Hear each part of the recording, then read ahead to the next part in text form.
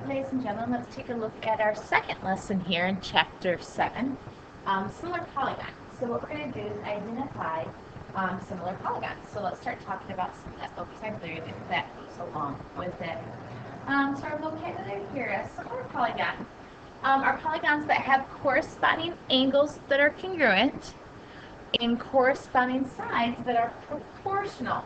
And so what that means is, as we set up these ratios of sides, we're going to compare a side from triangle or polygon 1 to a side in polygon number 2, they're going to simplify down to the same fractions. So they're all of the sides, when you compare them, are going to simplify to the same ratio.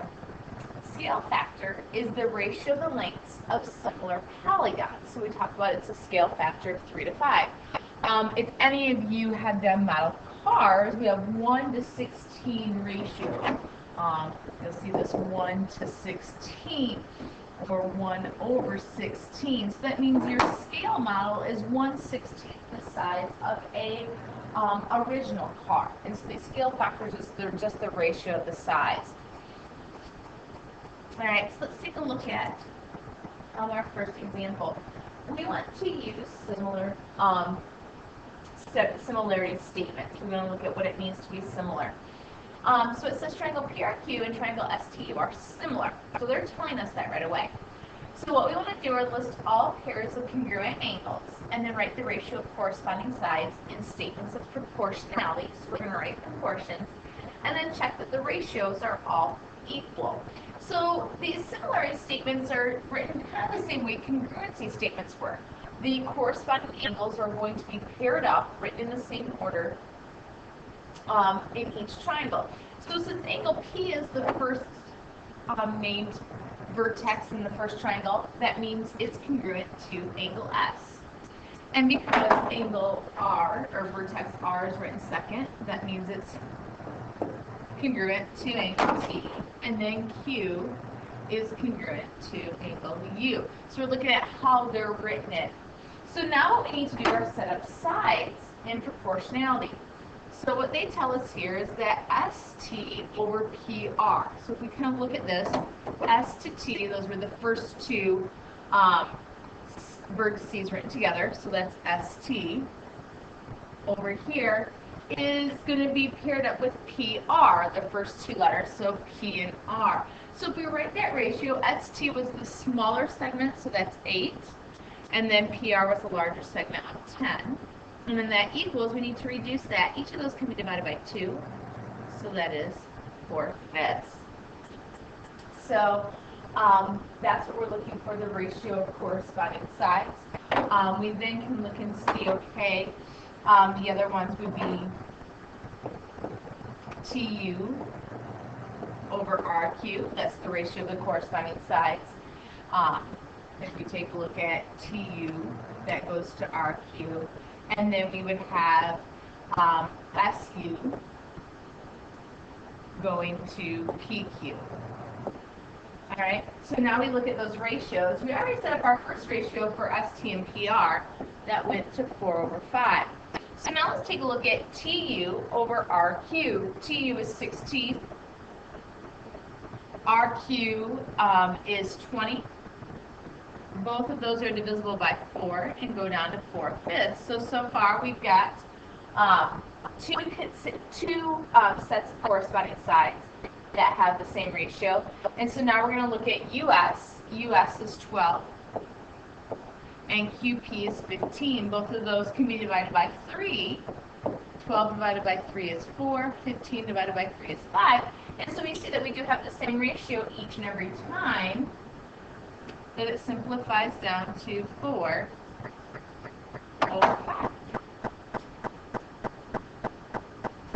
Alright, so let's take a look at determining whether the polygons are similar.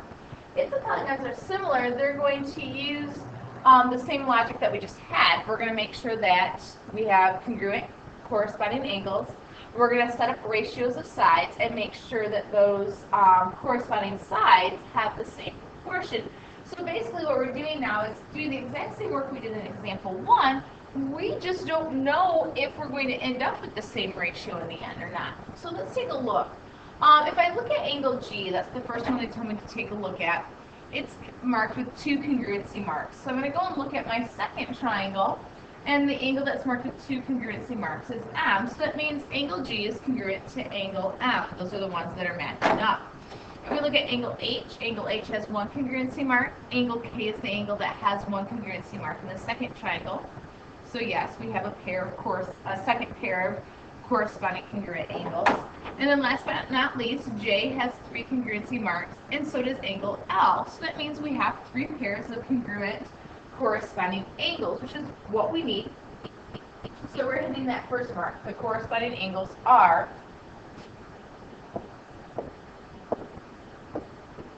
congruent. So we checked off the first part that we need to have.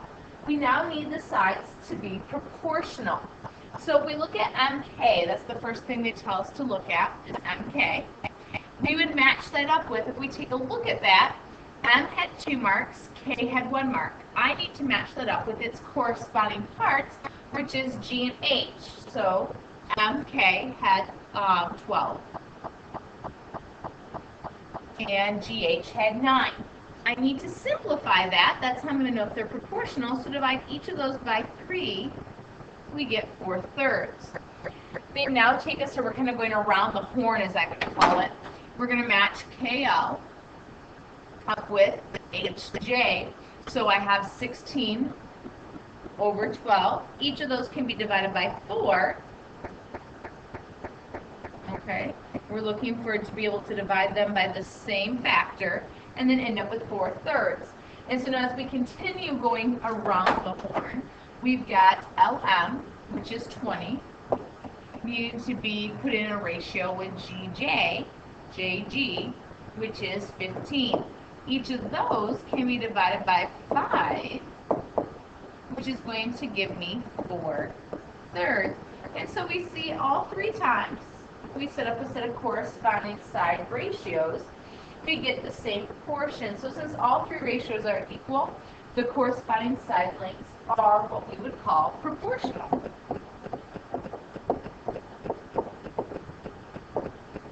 So we need congruent angles, proportional sides, so we know that the triangles are similar.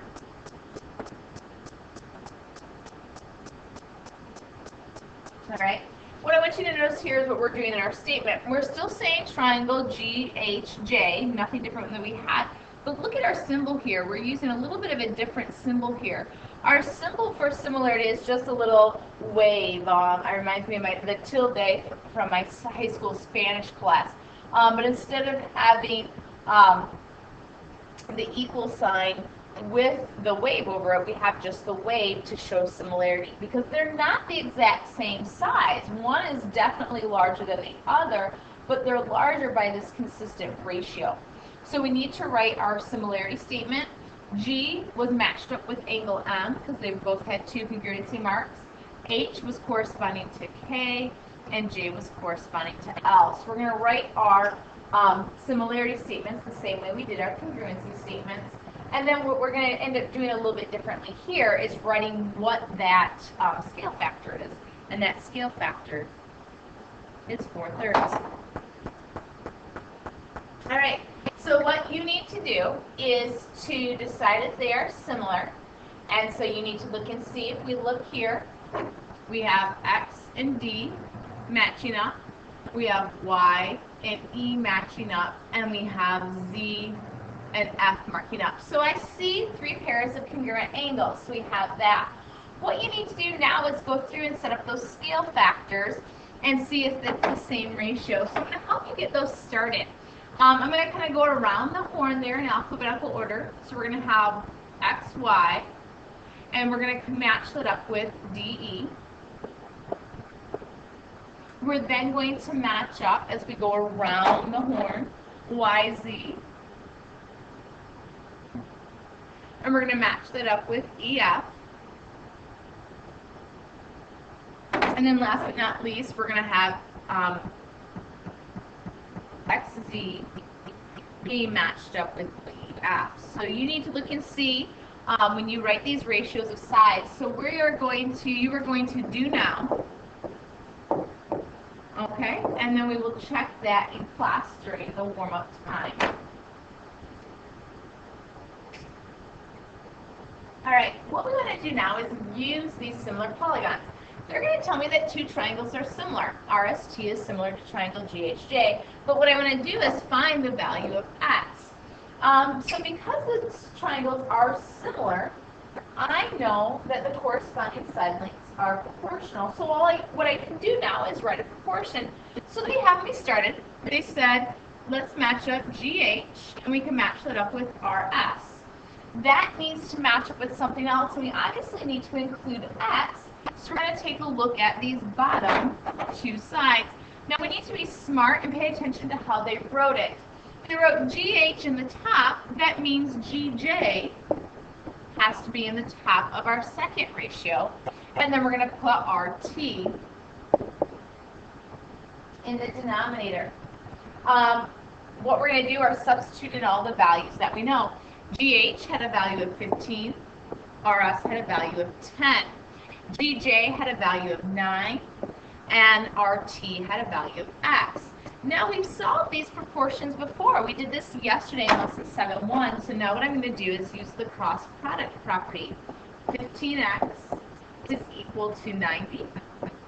I'm going to multiply each of those out. So I guess I should go back here actually and write this as 10 times 9. And so then we get 15x is equal to 90. Divide each side by 15. And so when we go through and divide by 15, 90 divided by 15 is 6.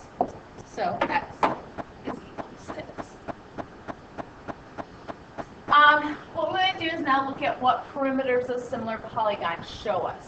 We know that the pool and the patio around the pool are similar rectangles. Okay, they're the same shape, they're just different sizes. So what we want to do is find the ratio of the length of the patio to the length of the pool, and then we're going to find the ratio of the perimeter of the pool to the perimeter of the patio. So we're going to do length of patio to length of pool, perimeter of patio, perimeter of the pool. We need to make sure we go in that order. So the length of the patio, if we take a look at that, the patio is obviously the outer edge of it. Our patio is inside of our pool, is 48 feet over 32 feet, the length of the pool. I could use the width because those dimensions are also similar. They just tell me to compare the ratio of the lengths. So when we take a look at that, 48 feet over 32 feet, each of those is divisible by 16. And we get 3 over 2. Now for some of you, that's not coming as quickly, that you need to divide each of those by 16. So your calculator will simplify for you. That's why we highly recommend that you have a scientific calculator. And if you need help with that in class tomorrow, we can make sure we do a little review of that. Well, now I need to find the perimeter of the patio. Well, the perimeter, we worked on this a little bit yesterday, was 2 times the length of 48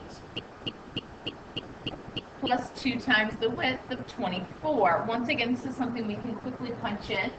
This is going to be 96 plus 48, and that's going to be 144 feet. And now when I do the perimeter of the perimeter of the pool is going to be 2 times 32 plus 2 times 16. So this is going to be 64 plus 32, which is going to give me 96 feet. So you're going to have to do some calculations here, but now I want to look at these ratios. So the perimeter of the patio is this 144 feet. The perimeter of the pool is 96 feet. And even right now I'm sitting here going, okay, I probably should get my calculator out, what divides into both of those. But when I look at this, I'm realizing that 48 is going to divide into both of these. And if you can't see 48, then simply take 144 divided by 96 and turn that answer into a fraction. But we're going to get 3 over 2. So we have to get the same ratio for both perimeter and lengths. And that leads us up into our follow-up. What do you notice about those? So I want you guys just to give a nice written response. So write out.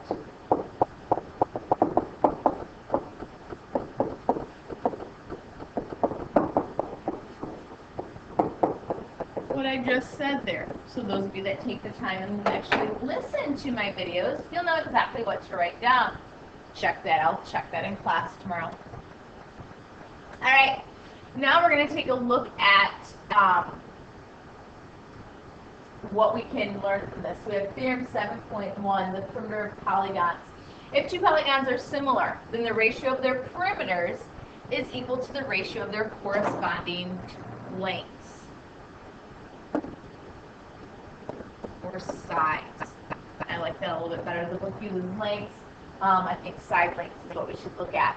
So what that means is that in the triangle, if we add up all the sides, DE plus EF plus FD, and compare that to AB plus BC plus CA, that's going to be equal to DE being put in a ratio with AB. It's going to be equal to EF being put in a ratio with BC. And it's going to be equal to a proportion with FD being put in a ratio with CA. So FD over CA. Alright, so what we're going to do now is take a look at our checkpoints. We want to find the value of x. Now remember, ladies and gentlemen, we can find x by setting ratios of sides. So some of you, this is going to be just a quick mental math problem. You look at this, you see what's going on here. But what I can do now are set up ratios of corresponding sides. QR corresponds to TU.